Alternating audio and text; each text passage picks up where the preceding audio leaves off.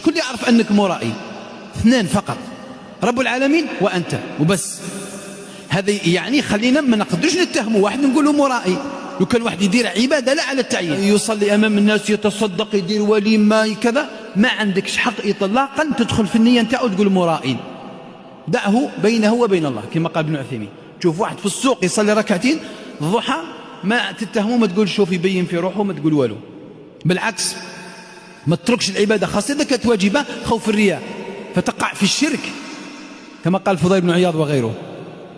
انت راكي مراه في العرس والحق العصر ومش لازم توخري حتى المغرب. إيه لو كان نوض نصلي يقولوا راه تبين في روحها وزعما اختينا وزعما ناضي توضى صلي. حبيتي تخفي العمل تاعك، حبيتي تظهريه باش الناس يقتديوا بك، ان تبدوا الصدقات في نعمه هي. هذه يحتاج الى فقه. شو تفهم؟ هذا الفقه مش برك الفقه اللي قلنا قال الاصول والقواعد، لا الفقه اللي هو ان تفهم هذه المسائل وتميزها. كما قلنا انا على بالي راني درت هذه الحاجه لوجه الله ولا درتها لغير وجه الله. وطبعا هذا يحتاج تفصيل يعني، لأنه الموضوع ليس خاص بالرياء، وإلا كنا فصلنا. لأنه حتى الرياء قد يكون ممزوجا، قد يكون خالصا للناس وقد يكون فيه ممزوج مع الله. قادر يبدأ بالرياء وينتهي بالإخلاص، قادر يبدأ بالإخلاص وينتهي بالرياء. تفاصيل في علم السلوك، هذا شيء يدرس وتقرأ فيه الكتب ويجالس فيه الشيوخ.